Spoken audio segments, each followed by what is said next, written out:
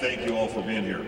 A year ago, we were in the midst of a fairly extensive process, and it was a long project. It was extensive in its breadth, and it was highly data-driven, especially at the time that we got to Media Day. It was, in the end, I think, uniquely institutional in how it was resolved. But at the time we did Media Day last year, we were still in a deep dive from a data analysis standpoint, and my task was really to bring our presidents and our athletic directors, presidents and chancellors and our athletic directors, along so that we were all kind of singing off the same sheet music by the time we got to the fall and the time when we were going to really make some decisions.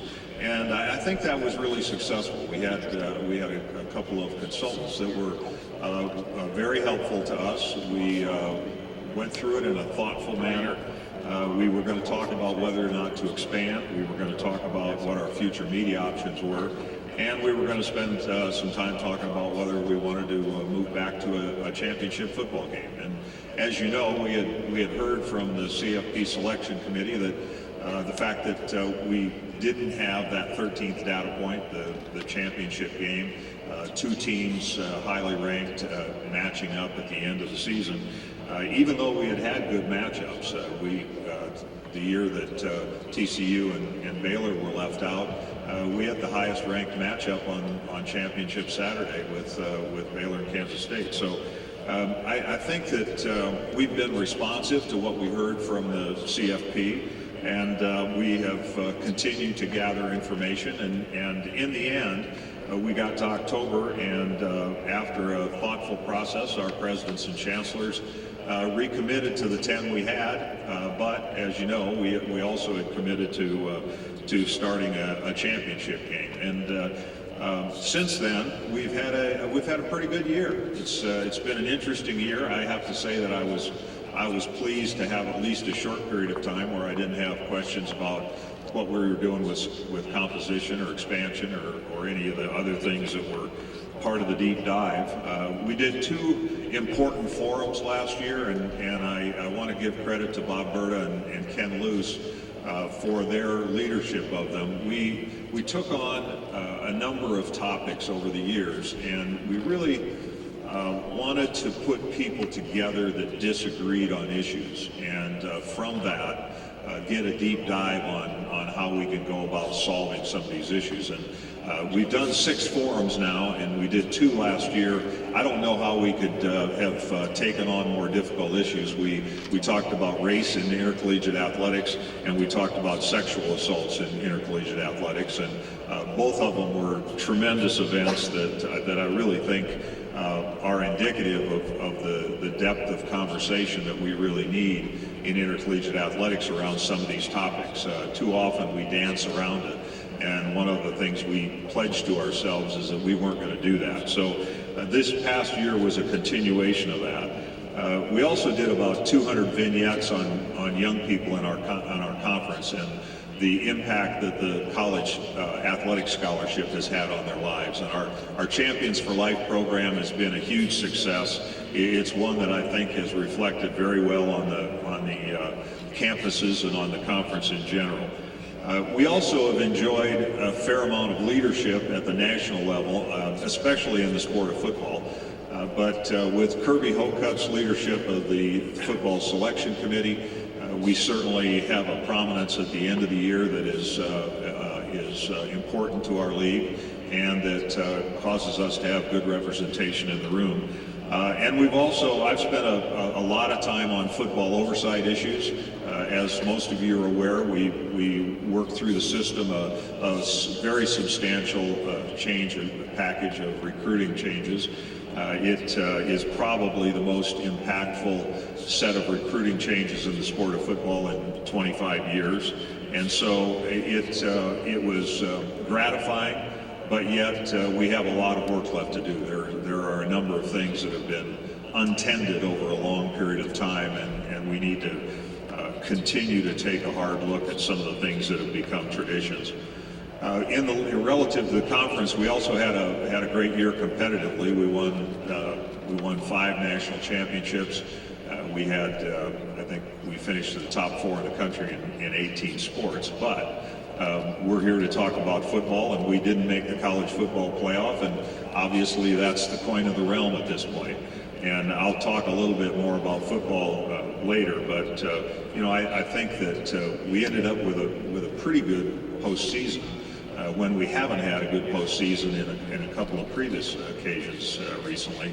But we've made a lot of improvement, and I think that generally speaking, you'll hear positive things today. We also last year had a record distribution. We distributed, and it varies a little bit from institution to institution based upon how they did in some of our championships, but we distributed a little over $34 million last year. That is about a 15% increase from the previous year. That also, I would remind you, doesn't include our third tier rights, which in the case of several of our schools are very substantial. So we felt like we really have continued to compete from a financial standpoint, and among the critical success factors for any conference is the ability to distribute money to its members, and I think that we've continued to keep pace there. Relative to the autonomy process, and the one that has played itself out over the last 3 years, I think the story is that student athletes have made tremendous progress, and that's obviously as it should be. We have put in place new regulations on time demands and what it means to be a Division I student athlete. We have worked very hard to bring some sanity to the commitment that's required and to bring some structure to the student athlete life. We have put in place multi-year grants. We have implemented the full cost of attendance. We've implemented unlimited meals and unlimited snacks. I mentioned the football recruiting process, which is very much student athlete and family friendly, and that was very intentional. The early visits, the early signing dates are substantial changes, and I would suggest that we still have a lot of work to do there. I think we have data that indicates that there about 70% of the Division I football prospects make their decision before the 1st of October, and really would like to get the recruitment process over with. Whether we can get earlier is anybody's guess. It took us years to get to the early signing date in December that we just adopted, but we're going to keep swinging the bat and see if we can get there, because I think there's still more to be done.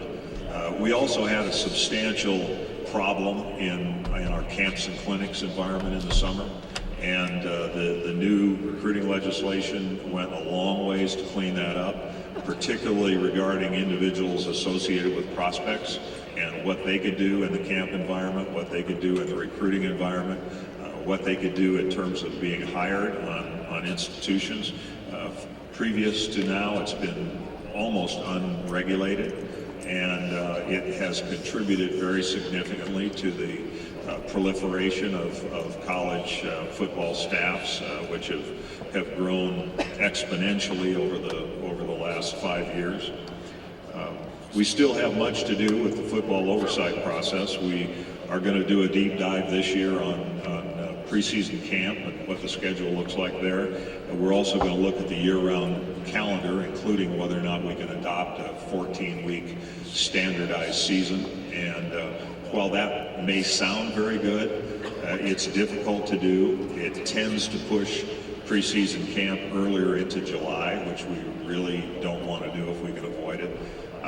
It also is not the panacea that you may think it is, because it sounds wonderful to have 2 byes during the course of the season, but there's going to be somebody that gets them in week 4 and week 9, and there's going to be somebody that gets a bye and a road game and a bye right in the middle of the season, or real early in the season, real late in the season. It's very difficult to manage, and so we're going to spend some time trying to think about getting it right. We also have a number of initiatives that would be categorized as trying to make the game safer. And we have done that in a number of different ways through helmet research and through officiating the targeting rules.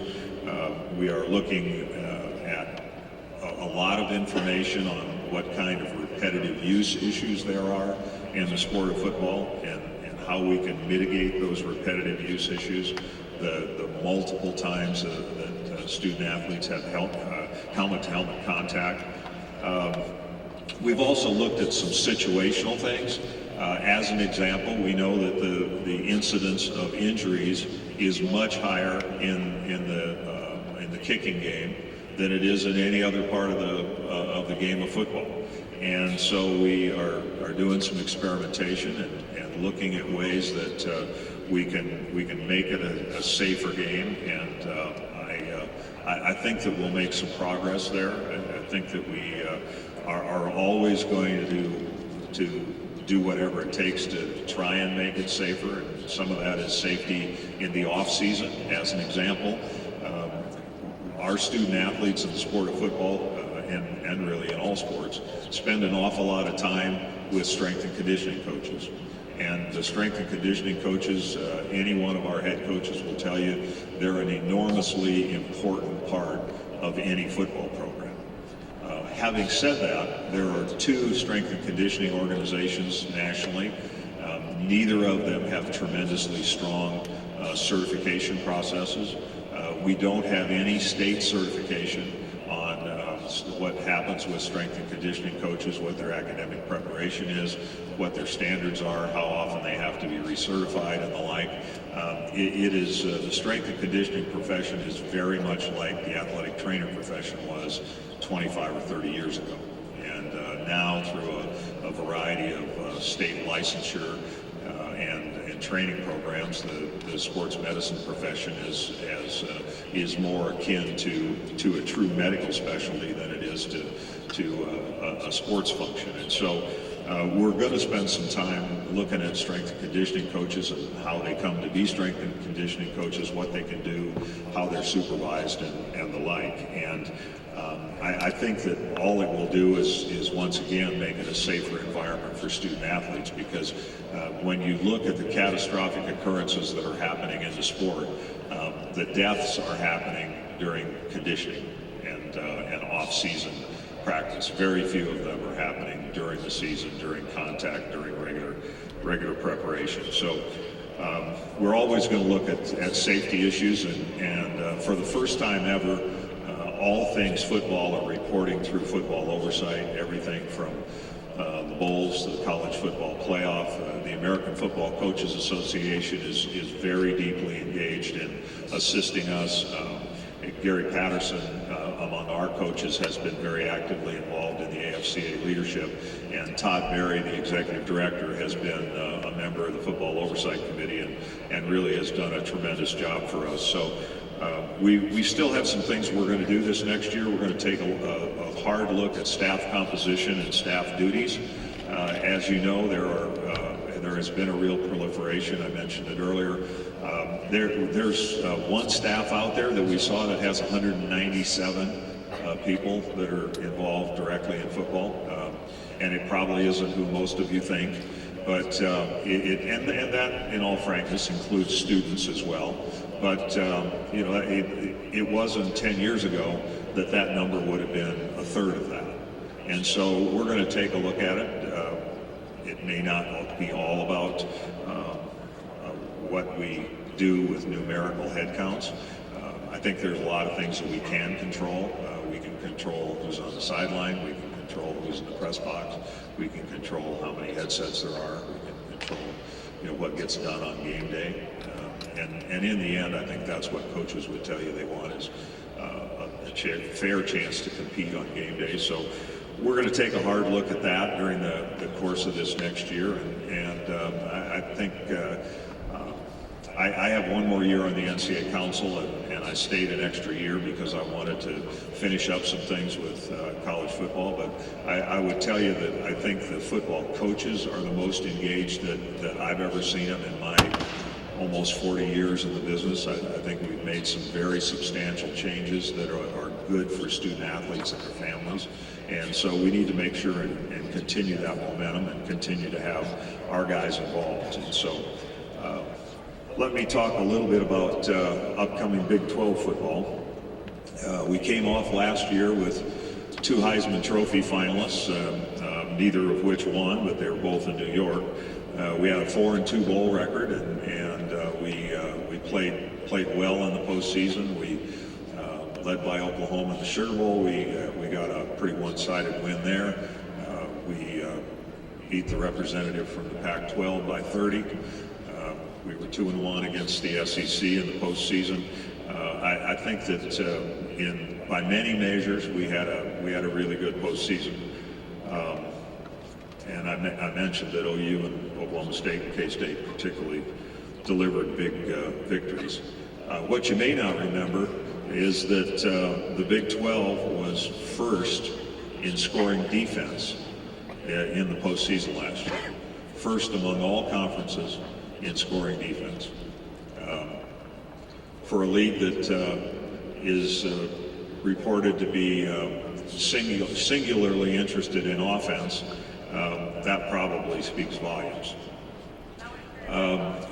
We have outstanding players in our league who are getting tremendous coaching from a great group of coaches. And we have a terrific mix of new young guys and great veterans. But let me stop just for a minute and spend a little time giving credit to somebody that really deserves a lot of credit. Bob Stoops is not here for the first time in many, many years.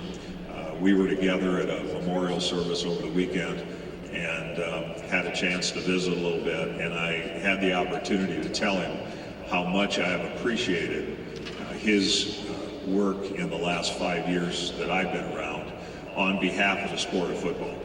Now, he's out there competing every day on the recruiting trails. He's fighting tooth and nail like everybody is to win games on Saturday. I think he feels very good about the timing of moving away from the game, and I think he feels very good about Lincoln Riley coming in as his successor. But what I said to him was, I have really been grateful for his care about the quality of the game of football. He has been a real leader among our coaches. He has been a voice of moderation. He has been a voice for change. He has been active in implementing change. He's been very innovative. And the Big 12 is poorer for not having Bob Stoops any longer as a head coach in our league. He was a tremendous influence on his staff, on his players, on his university over a very long period of time. And he had tremendous football teams and tremendous football players. His legacy is extraordinary, and I would have been remiss to not recognize him today.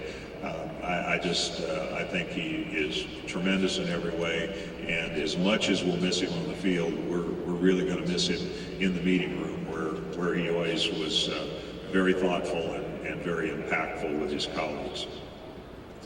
I mentioned that we've got some young guys, some brand new guys coming in.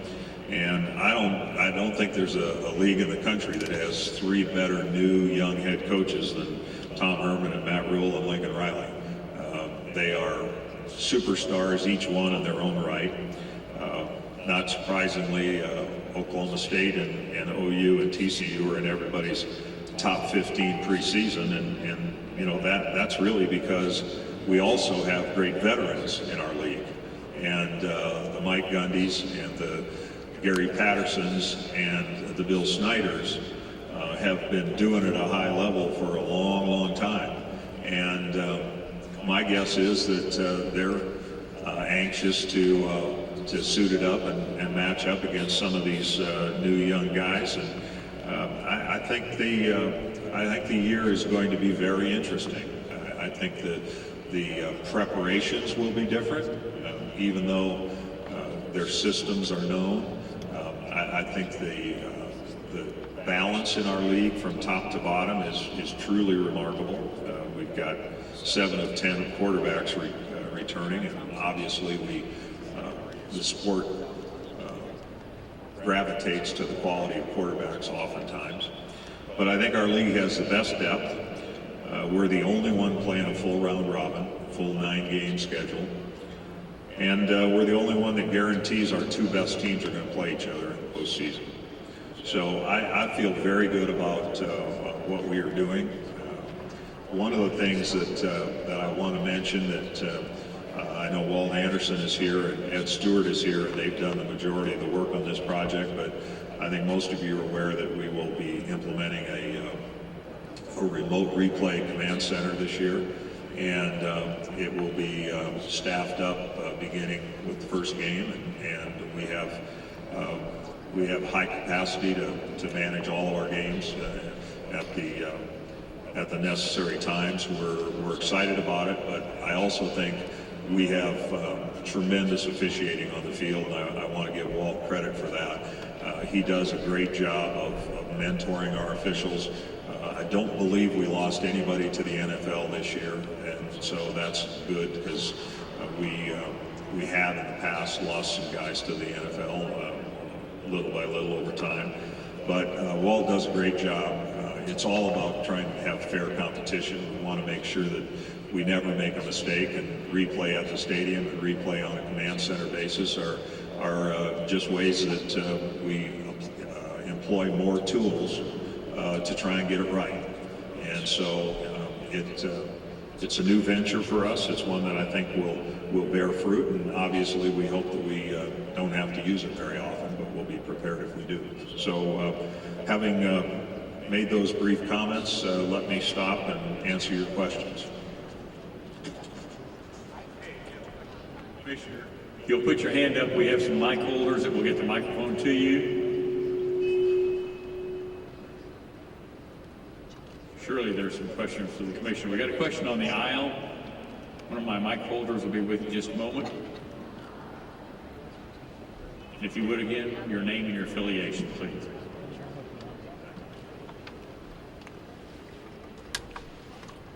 Jason Elk with Stillwater News Press. You mentioned the early signing period that you'd like to see even earlier. What's an ideal timeline for you?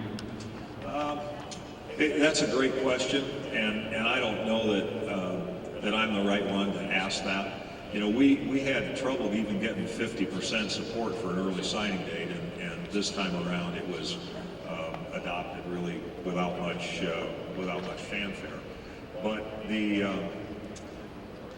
I'm not sure that a signing date is exactly what we need in today's environment. I have asked coaches, athletic directors, conference commissioners repeatedly over the last 12 months why we have a signing date.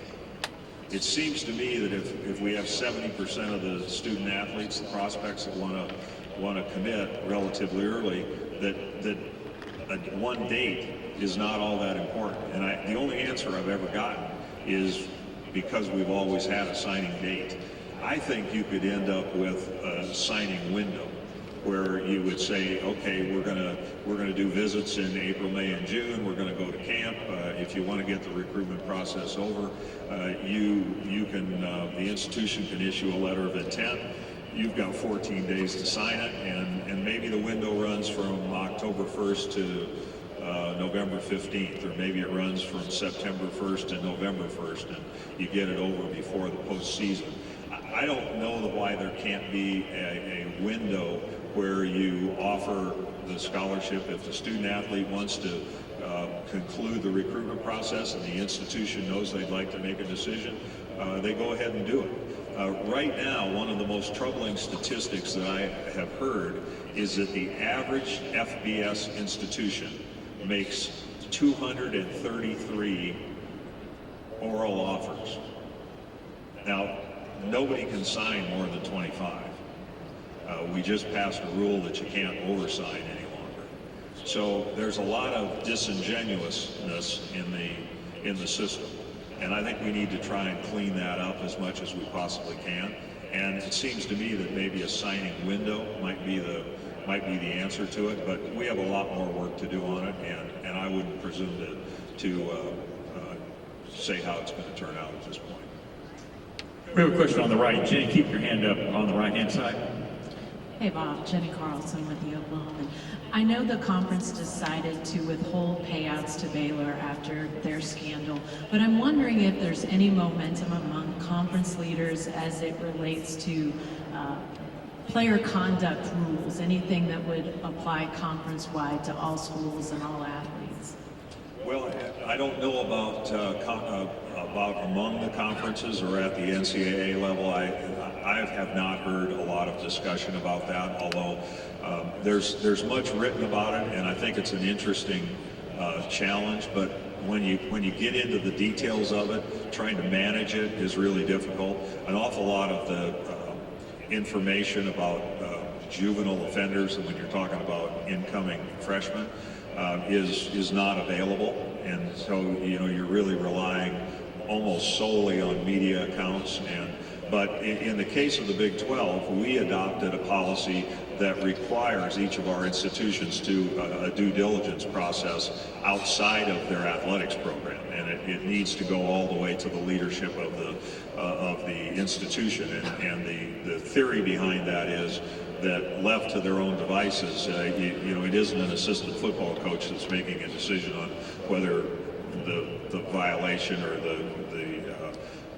the incident rises to the level of concern that the student athlete shouldn't be recruited.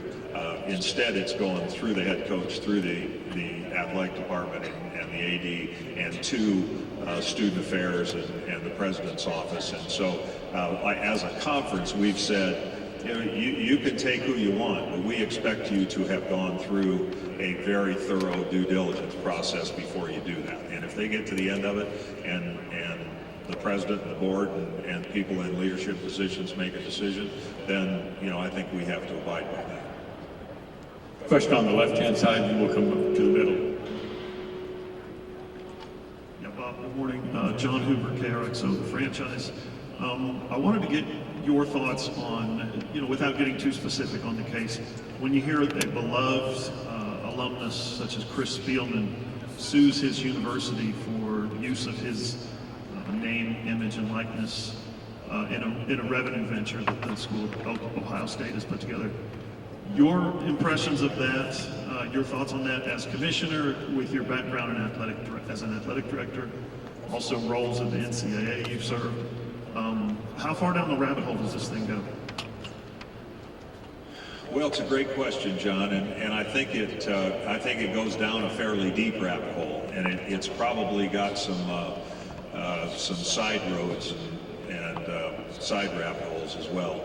I don't presume to know all the details of what's going on there, and so I don't want to comment on that specifically. But I think the O'Bannon court case certainly delved deeply into this, but yet didn't entirely address this issue. I think there can be a distinction drawn between use of a likeness in a celebratory way versus use of a likeness in a way that is generating revenue for a private entity or even for the school. I think that it's understandable why a student athlete would assert some rights to that image. It's also understandable why a picture of a student athlete in their uniform might be considered an appropriate part of archives and a celebration, and you could see it for some reasons on street pole banners and the like. So, I don't think there's a great answer to it. It'll be interesting to see how it plays out. As has been noted in the coverage of it, it is filed in a jurisdiction that is very different than the Ninth Circuit on the West Coast, and so the applicability of some of the things that were decided in the O'Bannon case, some of it may pertain and some of it may not. I think it will be a very interesting process, and one that is is not likely to be resolved quickly. But it also raises an interesting parallel with all the concussion lawsuits, because right now the concussion lawsuits are all being filed against the NCAA and against the conferences. Now, I think it's almost impossible to assert that institutions wouldn't have had a hand in whether there were concussive events that created lifetime problems. And so it's almost significant by its absence that the institutions are not being named in these suits. And I think what it speaks to is the difficulty that student athletes have going back to their school that they love and saying, I have CTE now that I'm 55 years old, and it's your fault, and I'm going to name you in the lawsuit. So in this case, they did. In the concussion lawsuits, for the most part, the institutions are not named, and so it'll be interesting to see how the whole thing plays itself out. That's a great question. We'd like to ask everybody, if you ask a question, to stand up, because it's awfully hard to see. So if you would, we've got a question on the aisle. Hey, Bob. Blair Markoff, Kansas City Star. You laid out the case for Big 12 football with the bowl record and the defensive stats, and bringing back the conference championship game this year. Does this speak to the perception of Big 12 football versus the quality of Big 12 football? Well, I think our perception, Blair, is somewhat a product of not being in the playoff 2 out of the 3 years. That's a really short window. As most of you remember, the ACC, I believe, was 2-13 in the BCS era, and now they're on top of the heap. So it gets a little tiresome, because I know we play at a very high level, and I know that top to bottom, we're the best in the country in terms of balance. And I know that the method by which we conduct our championships and conduct our regular season is the most difficult, because you never miss anybody. Since we went to 10 members, last year was the first time anybody went through the season undefeated in the conference season. So, as I say, it gets a little tiresome, because I know we play at a very high level. One of the last teams we had at Iowa, when I was there, we didn't have anybody on the team that was 4-star recruits. But, it's Chad Greenway, who's recruited by South Dakota and Iowa, and he plays 13 years in the NFL. It's Bob Sanders, who was recruited by Kent State in Iowa, and he was the defensive player of the year in the National Football League. Those guys didn't have any stars by their names. And so, I know our guys are recruiting. I know they're coaching them up.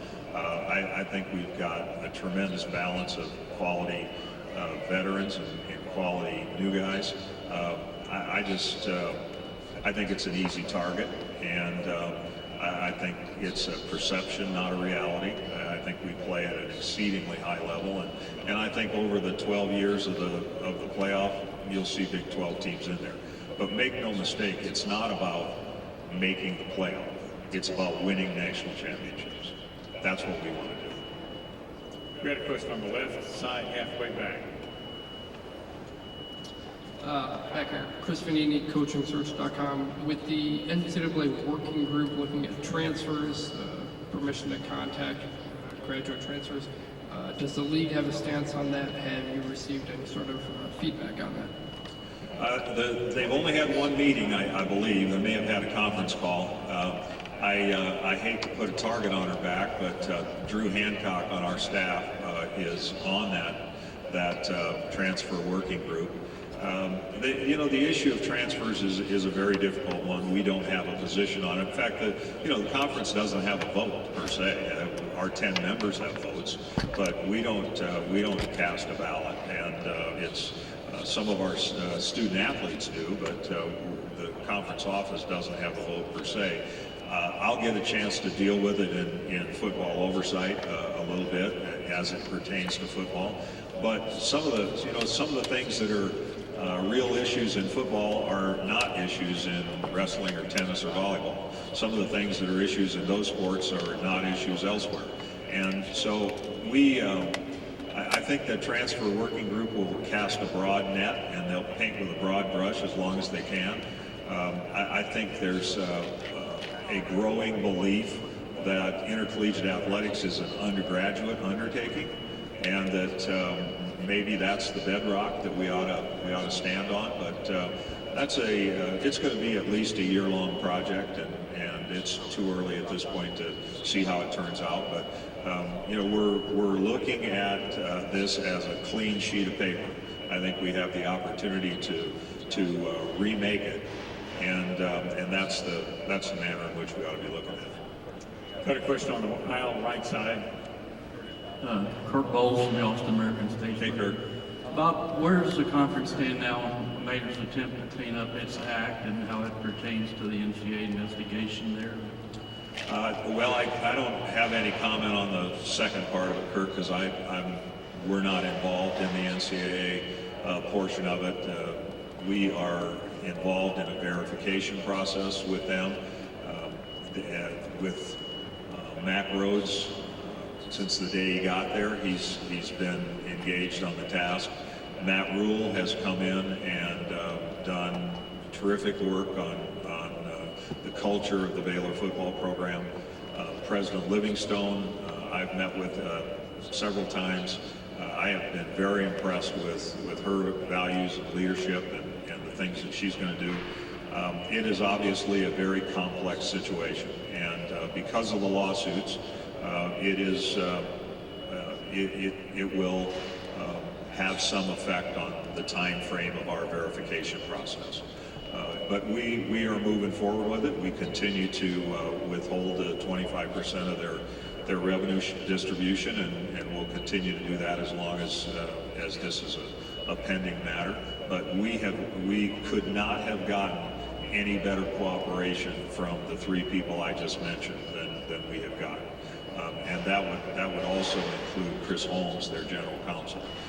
We have a lot of people engaged against this process.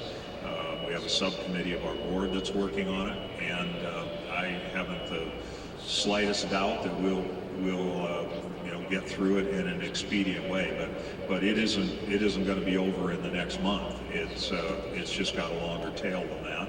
But I want to reiterate, we could not have had any better cooperation and any better engagement from the president, the athletic director, the head football coach, and general counsel, and anybody else we've dealt with down there. They are working very hard to get it right. Or outside right, if you would stand up, please. Thank you. Hey, Bob, Chip Brown, HornsDigest.com. Hey, Chip. How's it going? Good. As far as adding the championship game, you were the one true champion conference and settled it on the field. How much of this was about revenue and the estimated $2 to $3 million per school that this will generate, and how much of it was about Jeff Long saying the 13th data point, as you said, in a very small sample size? Because there's obviously some peril with a rematch that you could end up knocking out your best team. Yeah, well, for the record, 33 of the championship games have been rematches. So the rematch is not aberrational. It happens very regularly. And ours is going to be a rematch. But I can tell you that the decision was made 100% on our ability to optimize the likelihood of getting a team into the CFP. The finances of it I don't ever recall them being discussed. I think our board was mindful that there was more revenue available because it was embedded in our contracts. We had anticipated that we might, at some point in time, add a championship game back. But the decision was made 100% based upon our ability to compete at the national level. And we relied in large measure on our intuition and some data that we saw that indicated that playing a championship game and having that 13th data point would in fact deliver that advantage. We got a question on the aisle, and then we'll come to the front. Randy Peterson, Des Moines Register. Hey, Randy. Good to see you again, Bob. 10 years from now, other than attending games, actually physically attending games, how will fans be able to watch national college football games? Man, if I knew that, I wouldn't be here. The pace of change is so extraordinarily fast. I was shocked a week or 10 days ago to learn that the iPhone is only 10 years old. And the smartphones, think how smartphones have changed our lives. I'd venture a guess that, except maybe for a couple of curmudgeons in the room that I can identify, that everybody's got a smartphone. I mean, it's the way we do business. If you don't respond to an email by the end of the day, business day, people think you're rude. And I mean, it's changed everything. And the migration to mobile distribution is extraordinary. I watched a 60 Minutes segment on artificial intelligence and the things that computers can teach themselves to do. It's just astonishing. And anybody that tells you they know what it's going to look like 10 years from now is delusional. Anybody that tells you they know what it's going to look like 3 years from now is delusional. The number of platforms, the number of distribution mechanisms. The one thing I will tell you, and this I believe, is that the best reality TV available is live sports. And it's destination viewing, and people want to watch it in real time. And as long as that's the case, it doesn't matter how they consume it, the live sports will be really valuable. Does that have an effect on whether we have bigger venues or smaller venues? Well, I think you look and the trend is towards smaller football stadiums, smaller basketball venues, because more people are consuming away from the venue. And I think we need to be concerned about that. I think it's a particular concern relative to students and people that are going to be tomorrow's generation of viewers and tomorrow's generation of donors and supporters of sports. But how it's going to be distributed, and we may be watching the Super Bowl on the insides of our eyelids before too long. I wish I knew that answer, but I think the best thing we can do is partner with people that are on the cutting edge and ride along as they answer those questions. Question on the front middle. Good morning, Bob Bowlsby with Reading College Football, RCFB.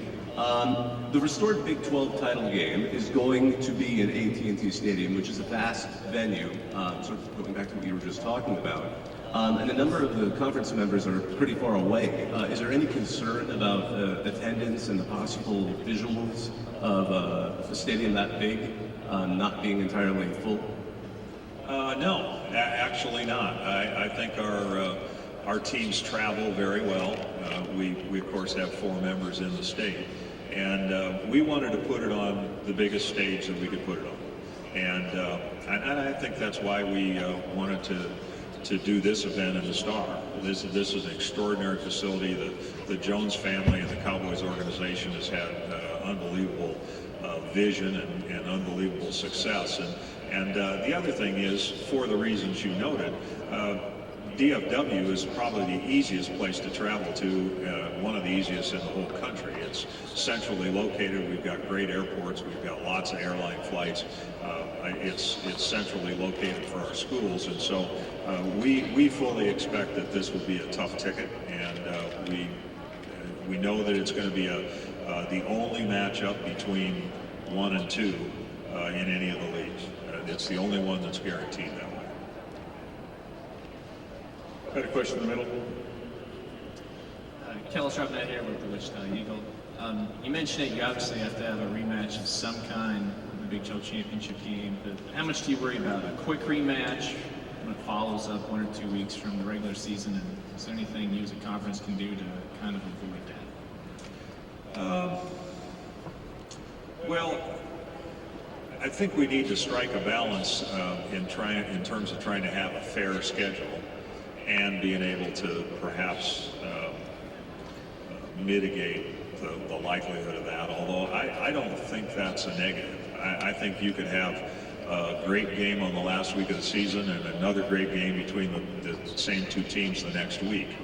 I think it's important that our best teams are the two that contest the championship game. That gives us the best springboard. Is there a possibility that a different team would win?